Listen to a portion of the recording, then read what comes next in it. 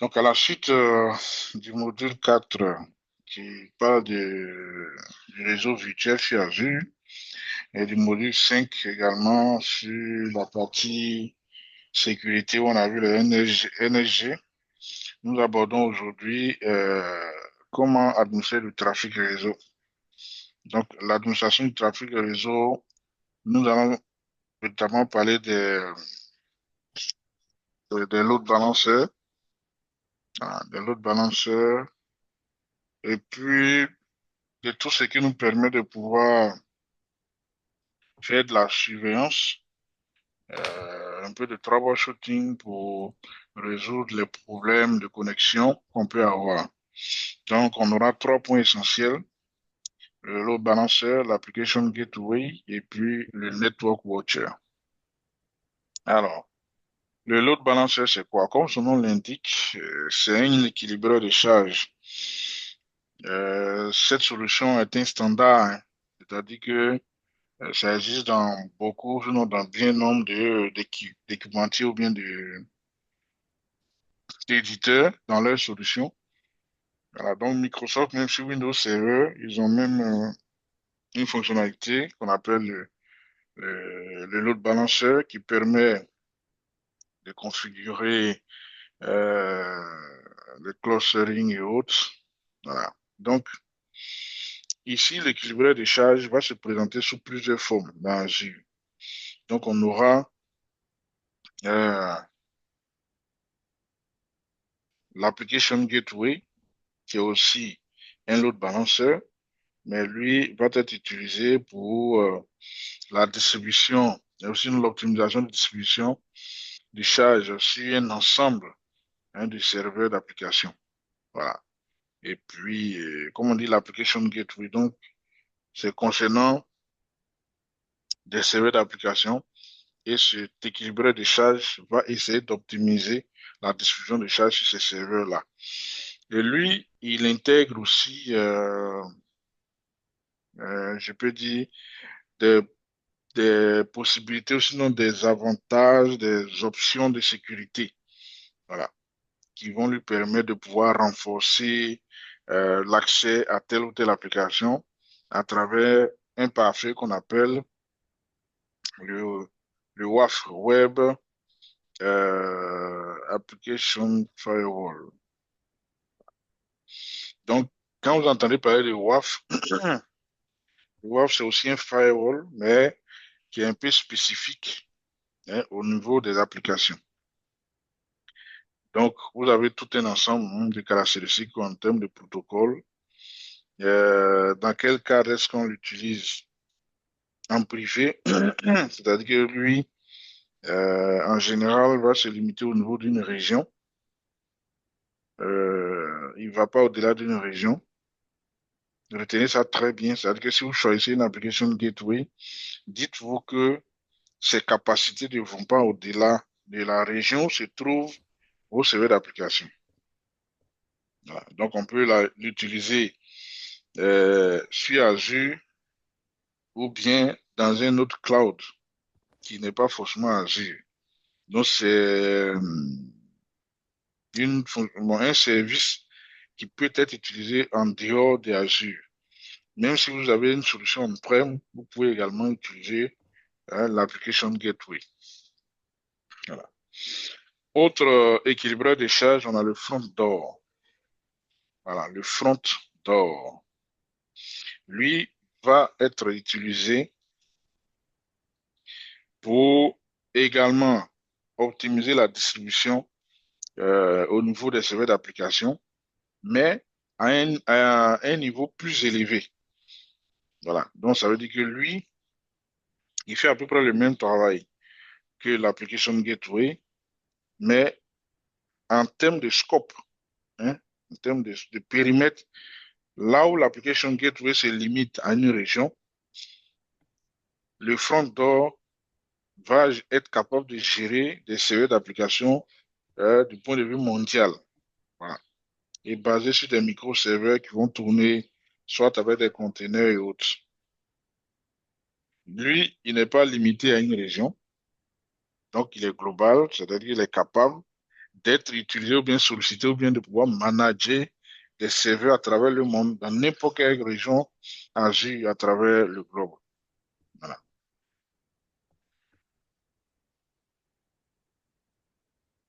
Et lui, en dehors, sinon en plus du WAF, lui, il est capable également d'intégrer le NSG, hein, le groupe de sécurité réseau, le Network Security Group qu'on a vu.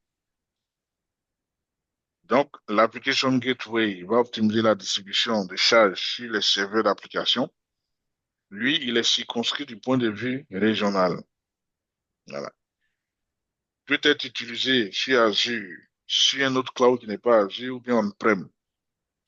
Pour la sécurité, c'est le WAF, Web Application Firewall, qui est un firewall spécifique pour le contrôle au niveau des accès sur les applications. Le front door, c'est à peu près comme l'application Gateway, mais à un scope un peu plus large, du point qui va euh, au niveau mondial. Et partie sécurité, en plus du WAF, va intégrer hein, le NSG. Voilà. Nous abordons maintenant l'équilibreur des charges même en tant que tel. Hein, le load balanceur ordinaire, sinon standard, qui permet de pouvoir dispatcher hein, ou bien distribuer les demandes de connexion sur des serveurs, que ce soit en sortie ou bien en entrée, voilà, vers nos applications ou des points de terminaison serveurs. Donc, du coup, dans les deux sens, c'est-à-dire que si vous avez un ensemble, sinon un ensemble de serveurs sur lesquels tourne une application web et les gens doivent accéder à cette application depuis l'extérieur, on peut mettre un équilibreur de charge standard. Ça peut être, les accès peuvent venir depuis Internet, hein, quand je parle du monde extérieur, ou bien ça peut être même en interne dans votre réseau local. Voilà, vous avez une application qui tourne sur plusieurs serveurs, vous pouvez mettre un load balanceur pour gérer l'accès à cette application du point de vue interne. Donc, il s'utilise dans les deux sens. Voilà.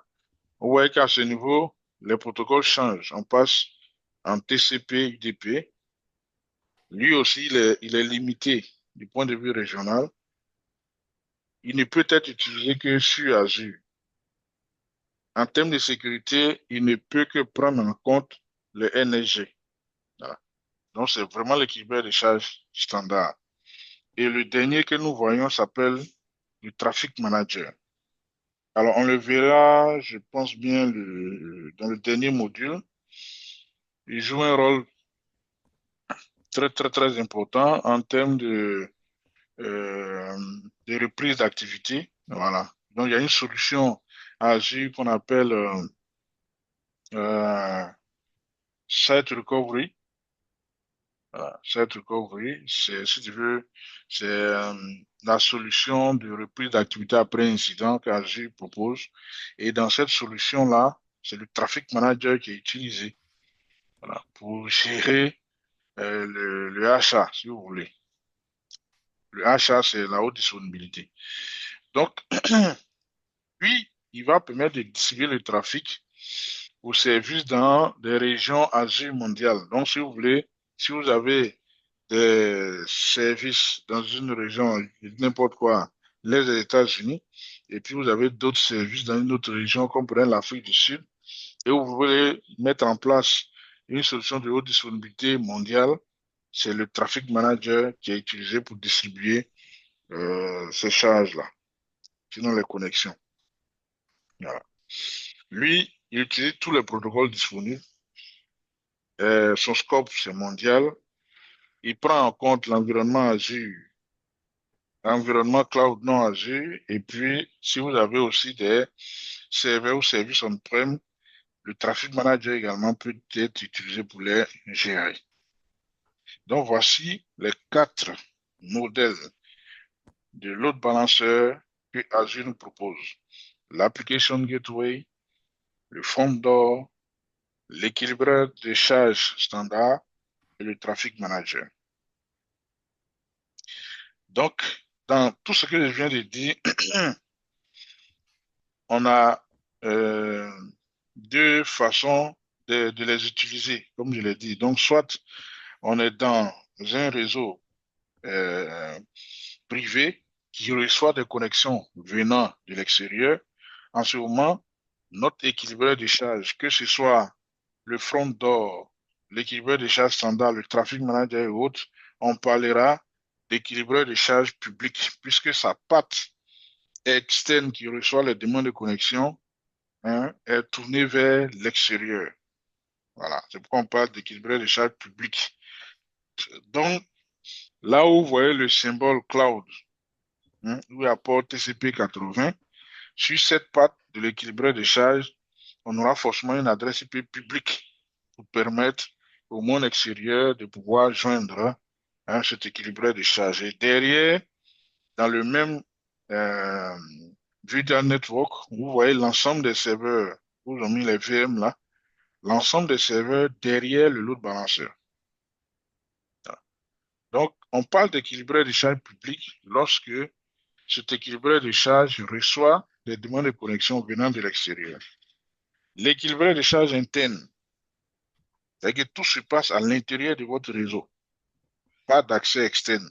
Voilà, donc, du coup, toutes les demandes de connexion viennent du même réseau que la ferme de serveur ou bien de service. Ici, le service qui est mis en évidence est SQL.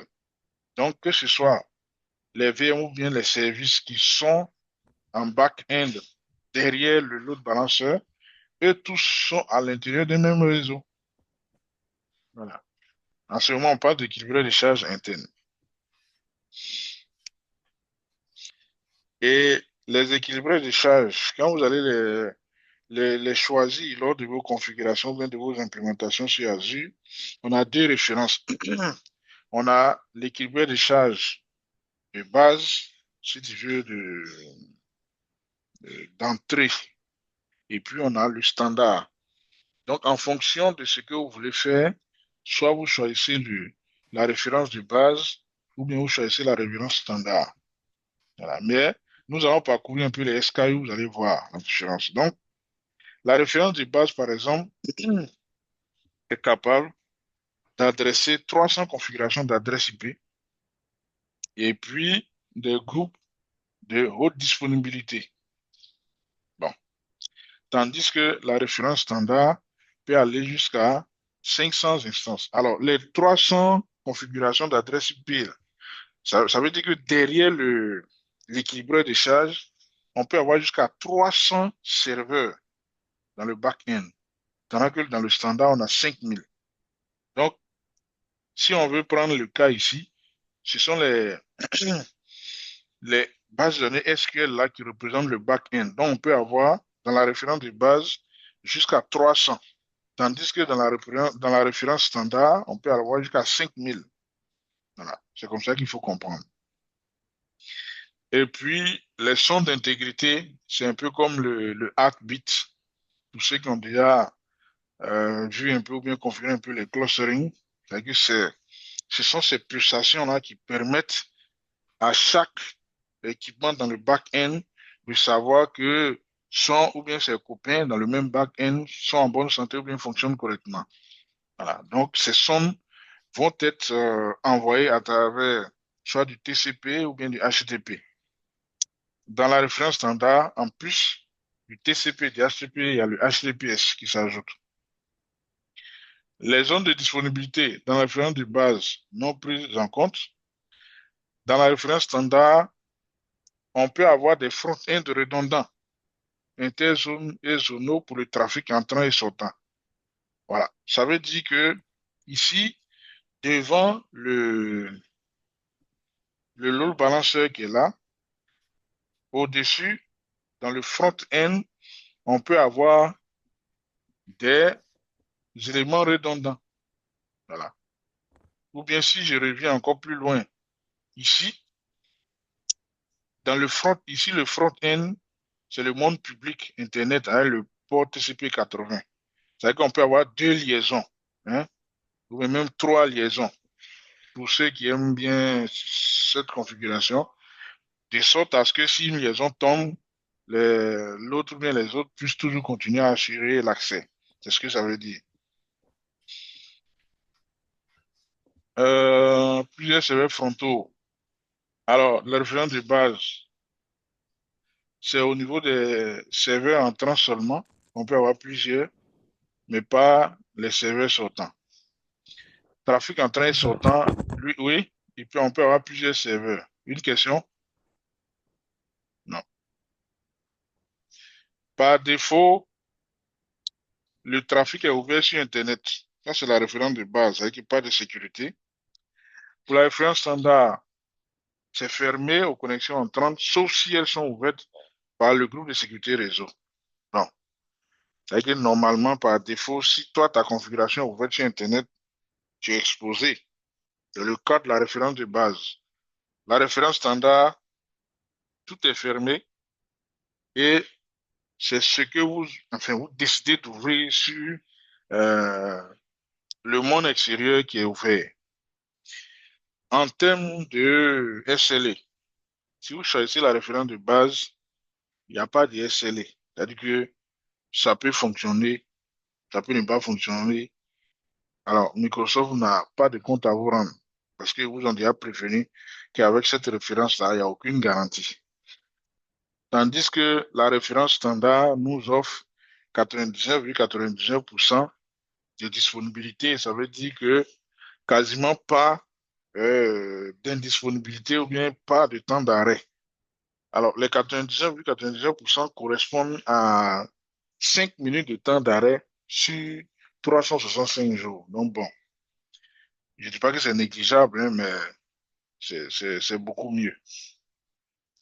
Alors, les équilibreurs de charge, que ce soit euh, l'application gateway, le front door, l'équilibreur de charge standard, ou bien le traffic manager, fonctionnent avec des règles, si tu veux, des policies que nous-mêmes, on va créer. Donc, c'est sur cette base-là que l'équilibreur de charge va fonctionner. Voilà.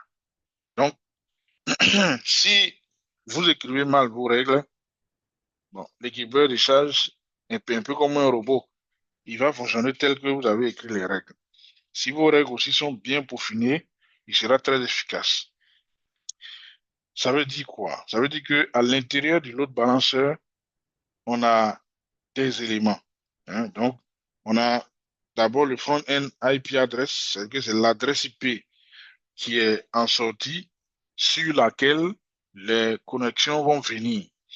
Donc, quand les connexions arrivent, c'est un peu comme dans les trams réseau. Donc, l'équilibreur de charge va lire, hein, la trame qui vient et en fonction des informations que l'équilibreur de charge va récupérer dans cette trame, elle sera en même, sinon l'équilibreur, il sera en même de, de router votre demande vers le service ou bien le serveur le mieux approprié. Voilà. Donc, il faut toujours des règles pour permettre à l'équilibreur de charge de bien travailler. C'est très important. Voilà. Alors, du point de vue réseau, bon, quand je parle des règles, hein, ça y est, règles dans tout, ça peut être du point de vue applicatif, des protocoles et autres, tout ça. Mais du point de vue réseau, on peut faire aussi des NAT. Donc, ces règles-là peuvent être associées ou bien ça peut être simplement même du NAT. Voilà. Pour permettre, hein, à l'équipeur de charge, hein, de savoir que quand telle demande vient, ça correspond à telle adresse IP derrière, on va ici bien à tel FQDN derrière, et puis lui va router. Voilà. Alors, l'application Gateway, comme je l'ai dit, va nous permettre de pouvoir gérer, hein, sinon distribuer les demandes de connexion sur une chaîne d'application qui est en back-end. Donc, au niveau de l'application Gateway, ce que je viens de décrire sur le load balancer standard, voilà comment ça se présente. Donc, de l'application Gateway jusqu'à la règle, tout cet ensemble-là fait partie du même application Gateway. En fait, ils sont juste éclatés pour que vous puissiez bien voir le contenu. Donc, quand une demande de connexion vient, la demande atterrit sur l'application Gateway. Et au niveau de l'application Gateway, il y a un écouteur, hein. C'est-à-dire qu'il y a un outil qui va aller lire savoir quelle est la demande, quel est l'objet de la demande. Voilà. Donc, en fonction de l'objet de la demande, il y a une règle qui va être appliquée. Je donne un exemple. Par exemple, l'écouteur va lire que la demande veut avoir accès à, par exemple, à des fichiers VMSS, par exemple. Donc, au niveau de la règle, nous, on a déjà établi que dès qu'on voit dans la demande VMSS, il faut router la demande vers tel serveur. Voilà, pour simplifier le fonctionnement. Si on veut accéder aux machines virtuelles, router la demande vers tel autre serveur. Si on veut accéder aux autres physiques, aux serveurs physiques, router la demande vers tel autre serveur. Et c'est comme ça que l'application gateway fonctionne. Donc, on a l'écouteur. Après l'écouteur, on a l'application de la règle en fonction de ce que l'écouteur aura vu. Et c'est comme ça que ça marche chez tous les load balanceurs, que ce soit front door, machin, tout ça. Mais bon, chacun a une petite particularité, mais c'est le même fonctionnement. C'est-à-dire que la demande vient au niveau du load balanceur, on regarde quel est l'objet de la demande et on lui applique une règle. Cela veut dire que préalablement, les règles sont déjà établies. Voilà. Un exemple de routage dont je vous parlais, on a des routages basés sur le chemin. Par exemple, une demande veut accéder à des images ou bien des vidéos. Et derrière, on a les poules du serveur. Donc, par exemple, on a les serveurs qui gèrent les images, les serveurs qui gèrent les vidéos. Donc, dès que la demande arrive sur l'application Gateway et que tout à l'heure, dans la définition, on a dit quoi? On a dit qu'on a un écouteur. Donc, l'écouteur va lire pour savoir s'il s'agit d'une image ou bien s'il s'agit de vidéo. Donc, en fonction de ce que l'écouteur va détecter, l'application Gateway va appliquer la règle qui permet de router la demande vers les serveurs qui gèrent les images, bien vers les serveurs qui gèrent les vidéos. C'est aussi simple, hein, c'est comme ça. On a aussi du routage basé euh, sur les noms de domaine ou bien sur les sites, si vous voulez. Donc ici, on veut par exemple accéder au serveur de contoso.com ou bien au serveur de fabricant.com, au serveur de AGL Group, voilà, .com, au serveur de beneterminal.com. C'est des exemples que je donne. Donc, il va avoir plusieurs règles au niveau de l'application Gateway. Donc, une des règles va dire, si l'écouteur voit dans la demande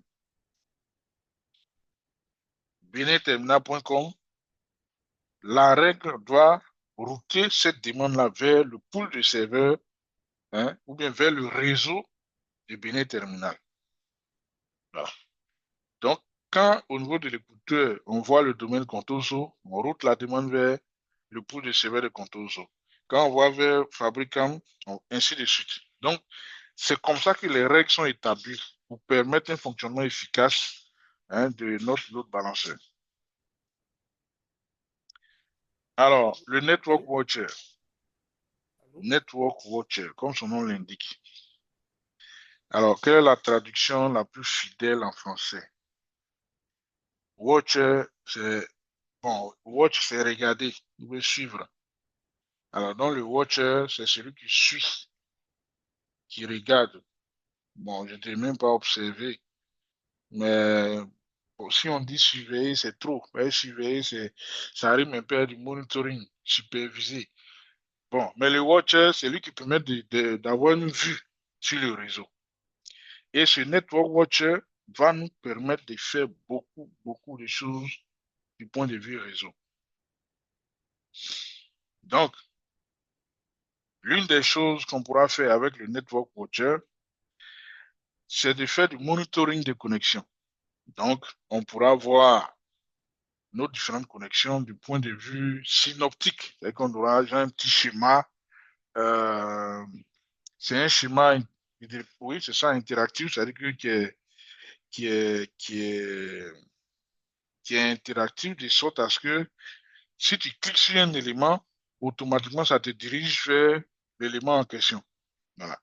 Donc, à travers le monitoring, on a ce qu'on appelle une topologie, que j'ai appelé tout à l'heure le schéma synoptique. Donc, on pourra faire un peu de supervision. Normalement, quand tu es en train de faire un déploiement, tu as ce qu'on appelle l'architecture cible. Hein, pour nos amis qui ont des projets là, demandez toujours l'architecture cible. Si tu veux, c'est ce à quoi doit ressembler notre déploiement quand on aura fini.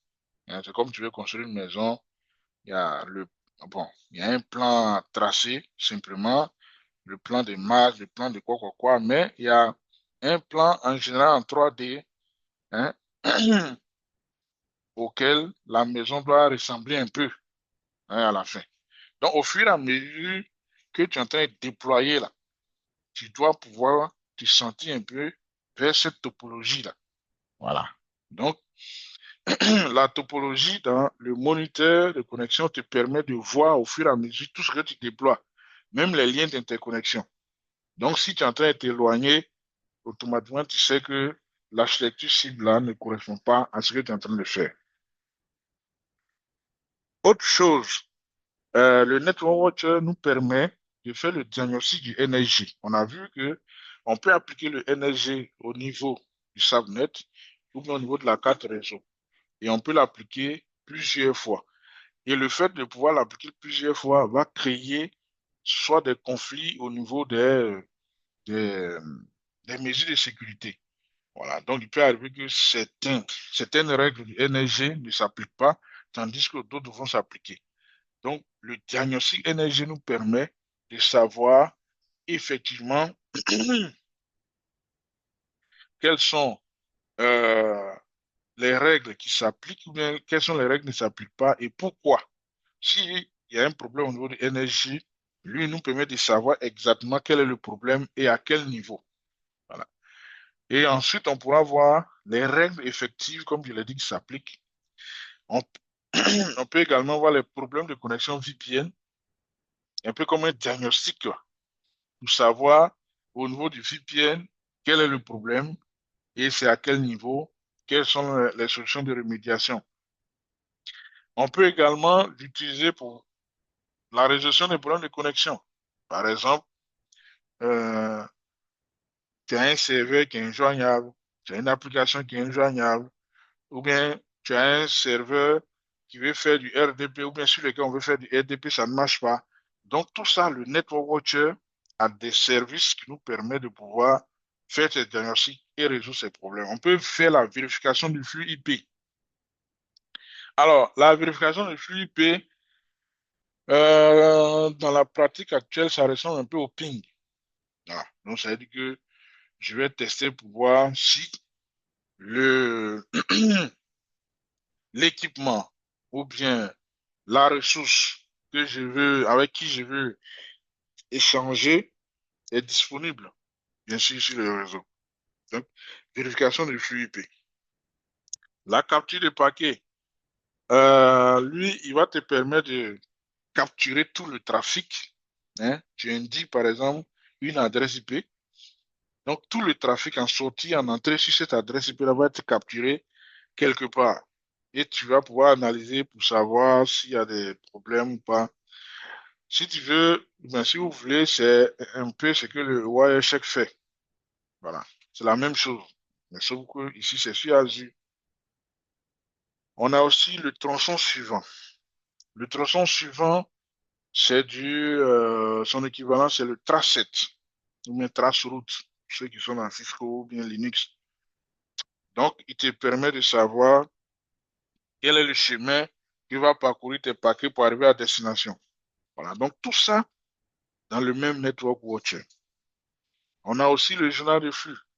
Voilà. Qui nous permet de voir quels sont les flux. C'est au fur et à mesure qu'on fait les implémentations. euh, bon, si c'est une petite infra, un petit truc pour faire un test, on peut connaître exactement le nom, hein, d'éléments qu'on implémente. Mais quand tu as fait un déploiement de masse Et chaque année ou bien chaque jour que Dieu fait, ne fait que compléter cette implémentation par des services, par des modifications, par des changements. Donc, arrivé à un moment, là, il y a tellement de choses qui ont été configurées que tu ne peux pas savoir exactement, hein, ce qui se passe même dans ton réseau. C'est que si ça marche, hein, mais s'il y a un problème là, tu es obligé de t'asseoir pour réfléchir, tout ça. Donc, du coup, le journal de flux nous permet de savoir quels sont les flux qui sont ouverts dans notre infra, source, destination, ainsi de suite. Ainsi que faire aussi de l'analyse du trafic. Donc, tout ça dans le Network Watcher. Donc, c'est un outil très, très, très, très intéressant, pour ne pas dire puissant. Moi, j'utilise beaucoup. Voilà, j'utilise beaucoup. Surtout aussi la partie topologie. Voilà. Parce que quand je veux faire un déploiement, nos amis du réseau font ça, même nos amis du système. Et que tu as l'architecture cible, voilà. Et ça te permet de suivre ton déploiement. Alors, tout à l'heure, je vous parlais du diagnostic de vérification de flux IP. Voilà. Donc, je veux savoir si mon adresse IP 10.0.0.4, hein, qui utilise le RDP. Le RDP, c'est le 3389, est capable de joindre l'adresse IP 13.24.35 et une IP publique.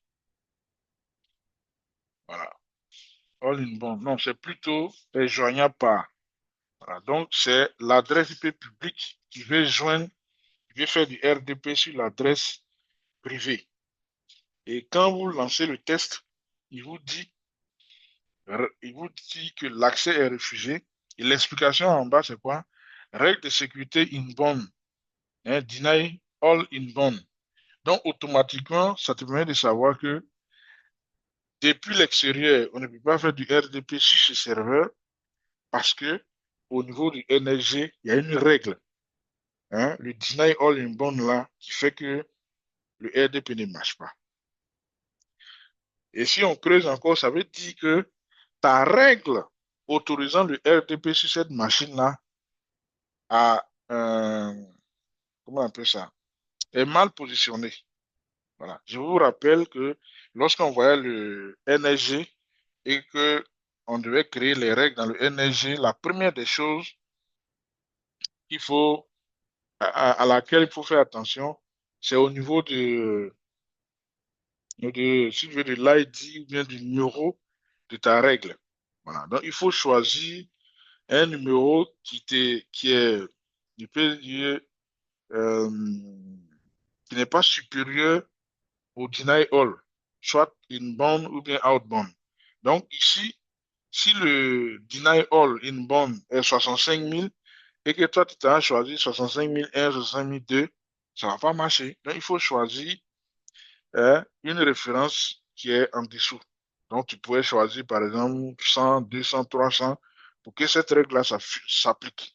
Voilà. Donc, c'est un peu l'explication qu'on peut donner à ce test et à ce résultat accès refusé. Voilà. On a aussi le tronçon suivant, comme je l'ai Allô? dit. Donc, ça te permet de savoir quelle est la prochaine étape. Je vous parlais du tracé ou bien trace-route. Donc, le Allô, chemin, Clément? oui, Oui, les numéros là, les numéros d'ordre de priorité là, c'est standard ou on peut définir soi-même on peut ou définir il y a une soi-même, liste. mais ce que tu dois savoir au niveau des règles de NSG, à partir du 65, c'est qu'il y a trois règles euh, par défaut, que ce soit inbound ou bien outbound. Ces trois règles-là, les 65 000 et suivants, ce n'est pas toi qui définis, c'est le système même qui les a prédéfinis comme ça. Et le conseil, c'est de choisir un numéro de règle qui est inférieur aux 65 000 pour que ça puisse s'appliquer. C'est bon? Ça, c'est la règle de base. Sinon, si vous avez beaucoup de règles, il faut tenir compte des autres règles d'abord avant de donner l'ID de ta règle. C'est très important. Si on peut retrouver ça, je vais vous réexpliquer encore. Parce que si tu as 65 005, qui est le deny all, si tu veux créer une règle pour laquelle tu vas mettre hello, il faut que cette règle-là soit au-dessus. Donc, c'est pourquoi il y a l'exemple de 100, 200, tout ça. Soit au-dessus de 65 000 pour que ça puisse s'appliquer. Donc, ne commettez pas cette erreur, c'est très important. Donc, pour le tronçon suivant, on a notre adresse IP 10.1.1.100 et l'adresse IP de destination, c'est le 13 24 35 46 qui est une IP publique. Donc, quel est le chemin qui va parcourir notre trame de notre IP privé 10.1.1.100 pour atteindre l'adresse IP publique, ainsi de suite. Donc, en testant, le système nous dit que le tronçon suivant, c'est par Internet. Enfin, on dit par Internet pour ne pas globaliser. Sinon, si on faisait le test sur notre PC, on allait avoir la liste, soit du nombre de sauts, et pour chaque saut, il va nous indiquer quel est le FQDN ou bien l'adresse IP publique, soit du routeur ou bien du serveur DNS que comment je fais dire ça, notre, notre paquet va traverser. J'ai fait un petit test sur mon PC pour voir CMD. J'ai fait par exemple tracette.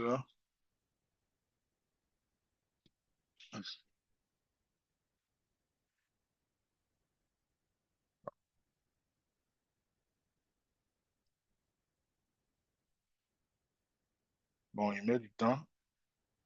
J'ai fait un tracé sur Google. Attends, je vais vous partager, vous allez voir. Tac, tac, tac, tac, tac.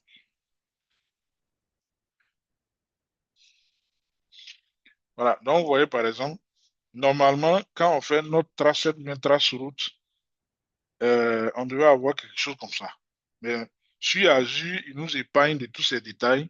Il nous dit simplement, ici on a eu 18 sauts pour atteindre notre site web ou bien notre domaine google.com. Voilà, on a eu 18 sauts. Et normalement, tout ce que vous voyez là sont des adresses IP IPv6, hein, sans me tromper. Voilà. Voilà. Donc, normalement, on doit avoir tous ces détails, mais avec le Network Watcher, il nous donne simplement, comment je vais appeler ça? Il nous donne simplement le tronçon suivant qui est Internet. Ne pas aller trop dans les détails. Voilà. Ensuite, la topologie dont je vous parlais. Voilà. Donc, quand vous créez, au fur et à mesure que vous créez vos ressources, les différents liens d'interconnexion, la topologie va vous faire un schéma comme ça. Bon, vraiment, ça, c'est dans les moindres détails, hein. Donc, on a la VM, sa carte réseau, on a le NSG, on a l'adresse IP, IP-config 1, on a une seconde VM Parfait, avec... s'il te plaît. On ne Oui, voit rien sur l'écran. ah, En ah tout cas, bon? moi, je ne vois rien sur l'écran quand même. Ah, ok, désolé. Vous voyez maintenant? Oui, c'est bon maintenant. Voilà, donc, voici un exemple de topologie. Mais tel que présenté là, je ne suis pas sûr que vous voyez parce que on a affaire à deux VM, hein. Vous voyez My VM, non? Et puis My Second VM. Donc, ce sont les deux VM qui sont là et les autres éléments sont des composants des VM. Donc, on a les quatre réseaux. Vous avez MyVM36, qui est la carte réseau de MyVM. My Second VM 382, qui est la carte réseau de la seconde VM. On a MySecond VM NSG, qui est le NSG qui est appliqué sur la carte réseau de la seconde VM. On a MyVM NSG, qui est le NSG qui est appliqué sur la carte réseau de la première VM. On a IPconfig 1, qui est l'adresse IP, hein, de la carte réseau de MyVM. Et puis on a l'autre, sûrement le nom a été omis, qui est ipconfig 2, qui est l'adresse IP de la carte réseau de la seconde VM. Donc tel que présenté là, c'est un peu trop éclaté. Je vais vous présenter aussi un truc un peu simplifié pour que vous puissiez voir. Alors,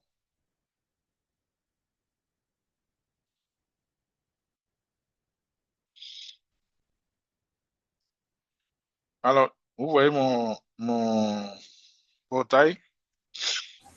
Oui, Voilà. Donc, je vais voir Network Watcher. Si vous voyez, dites-moi, hein, à gauche là. Network Watcher, Network Watcher, Network Watcher. Voilà, c'est lui qui est là.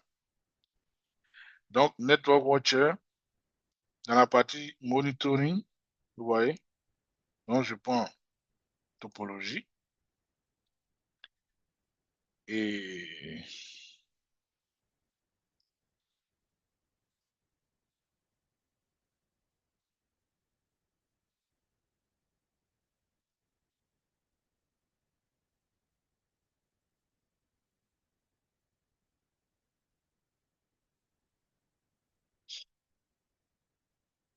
non, je sais pas si vous voyez.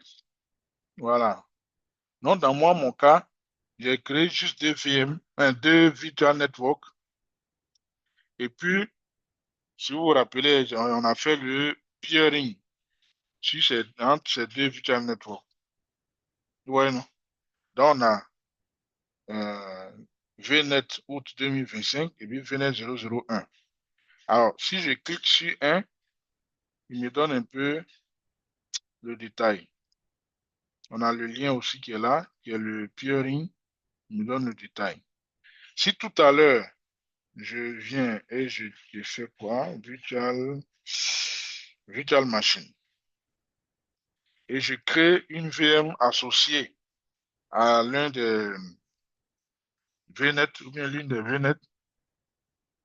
Vous allez voir que cette VM-là va apparaître automatiquement dans le Network Watcher. Donc, je vais créer une VM rapidement, une machine virtuelle simple.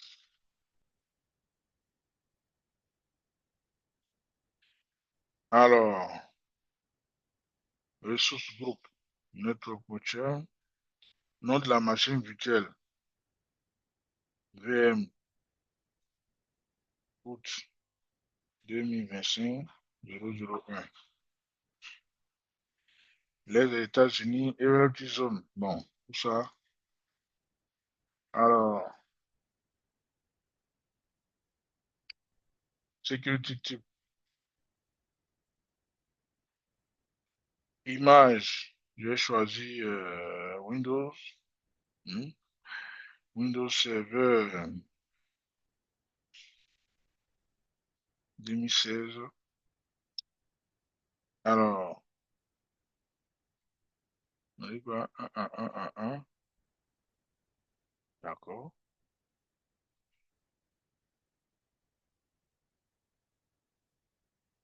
On n'est pas Windows 10 alors. On n'est pas supporté. Ils vont nous obliger Windows 11. Bon, on y est pas nos moutons alors. Alors, size.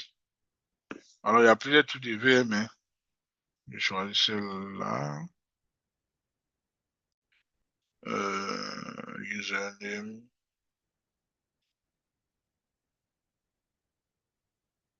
Papa.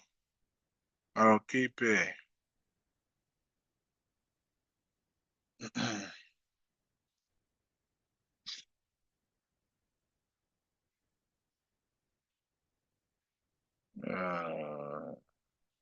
OS disk.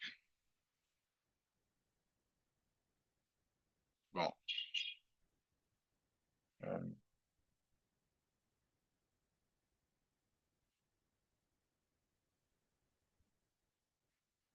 alors, network Ouais, VNet route, subnet, Initial, ainsi de suite. Ouais. Donc, à partir de là, on pourra voir notre VM sinon dans notre VNet qu'on a choisi. Bon, ici, là, je n'ai pas rempli le tag, review and create. OK. Alors, la VM que j'ai choisie va me coûter 0,0730 dollars par heure. Bon, ne pensez pas que c'est petit, hein, parce que ça, quand on multiplie par le nombre d'heures par jour dans le mois,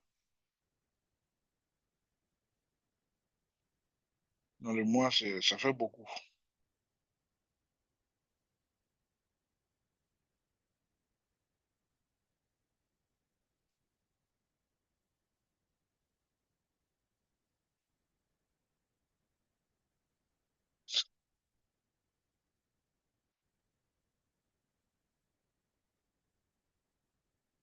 Donc, dès que le déploiement, enfin, la création de la VM sera OK, on va passer sur le Network Watcher pour voir qu'effectivement, notre VM est rattaché à un subnet, à une virtual network, et puis c'est présent également sur le Network Watcher. Bon, je vais reset.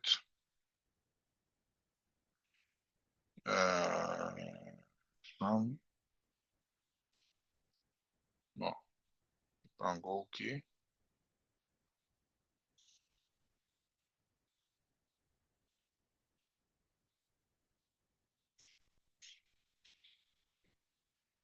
In progress.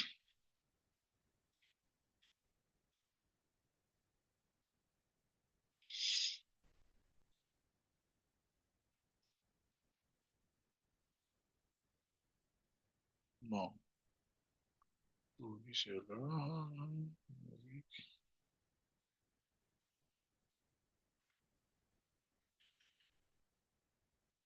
OK.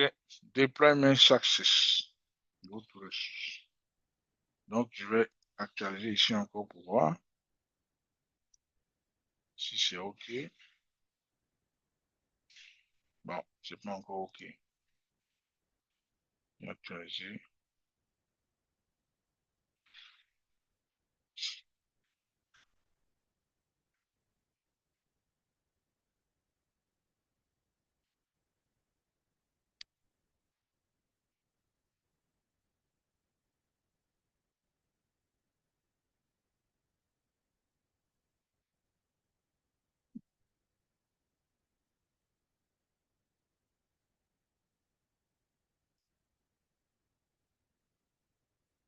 Non, la VM n'est pas encore présente.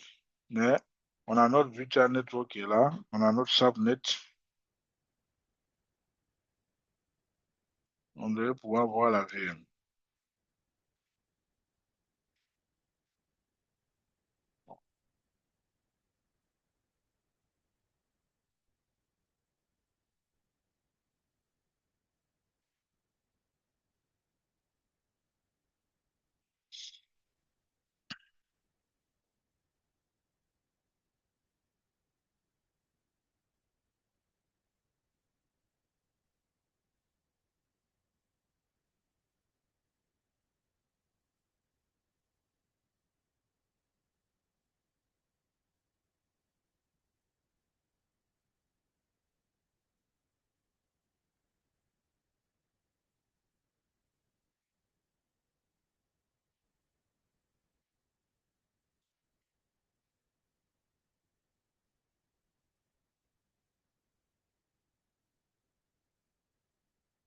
OK. Donc, voici notre VM. C'est un peu petit, hein, je ne sais pas si vous voyez.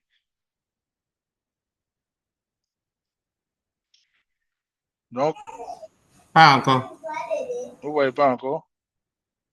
Non, non, pas encore. Bon, je vais repartager alors. Non, je vois, je pense qu'il y a un problème, peut-être tu as un problème de connexion. Je vois que tu as zoomé sur Je vois Ouais, j'ai zoomé sur la MyVM août VM là. 2020, août 2000, août 2, bon, point, Ouais, ouais. 017, 56. Si, si, moi-même, je vois aussi. Voilà, donc, vous voyez donc qu'est-ce qu'on a? On a la VM. Oui, mais est-ce qu'il voit déjà de son côté? Est-ce que tout le monde voit déjà? Bon, j'ai Oui, repartagé, hein. là maintenant, c'est bon mon niveau. OK.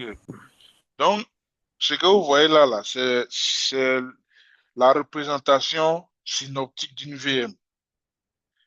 Je vais vous donner le détail de chaque élément. En bas, my VM, août 2025-001. Ça, c'est la VM. Vous voyez l'écran d'ordinateur là. Ça, c'est la VM. Ensuite, my VM, où il y a là, ça, c'est la carte réseau. Et sur ces cartes réseau est appliqué le NSG qui est là. My VM ou NSG par défaut. Et on a l'adresse IP qui est là. Ouais. IP config 1, c'est l'adresse IP de notre VM. Et puis ici, on a par défaut notre adresse IP publique. Voilà. Donc tout ça, ce sont des éléments qu'on peut mettre en évidence ou bien aller faire des modifications là-dessus si on veut. Voilà. Je prends par exemple l'adresse IP publique. Voilà. Voilà la représentation de l'adresse IP publique. Donc, ou bien je fais ça, on vient directement sur l'adresse IP publique. Voilà. Donc, voici les détails de l'adresse IP publique. Hein, la ressource groupe, le SKU c'est standard, les États-Unis, tiers régional, l'IP. Bon, le DNS name, par défaut, on va prendre le DNS de Azure. Et ça, on peut avoir la version JSON. Alors, ça veut dire quoi? Ça veut dire que je peux copier ça et demain, si j'ai besoin de créer une adresse IP publique, je peux rejouer, hein, ce même script JSON-là en modifiant le nom, hein, le nom qui est là. Bien sûr, je peux modifier la localisation si je veux. Je peux modifier l'adresse IP si je connais mon adresse IP. La version IPv4 ou IPv6. Ici, la location standard ou dynamique. Voilà, si je veux. Voilà. Donc voilà. C'est ce que je voulais vous montrer avant de terminer ce module. Donc, quand vous serez sur les labs et que vous allez voir ces genres de configuration, il faudrait que vous sachiez lire. Il ne faut pas que ça vous mélange. Voilà. Donc, vous aurez un lab qui n'est pas trop long, avec 3 tâches. Tâche 1, vous allez utiliser un modèle pour configurer une infrastructure. Donc, tout à l'heure, c'est pourquoi je vous ai montré le modèle JSON de la création de l'adresse IP publique. Bon, ça ne sera pas identique, hein, mais vous allez voir à quoi un peu ça ressemble. Vous avez déjà utilisé aussi les modèles, hein, dans les labs précédents. En tâche 2, vous allez configurer un load balancer. Et tâche 3, une application gateway. Donc, si vous avez des préoccupations,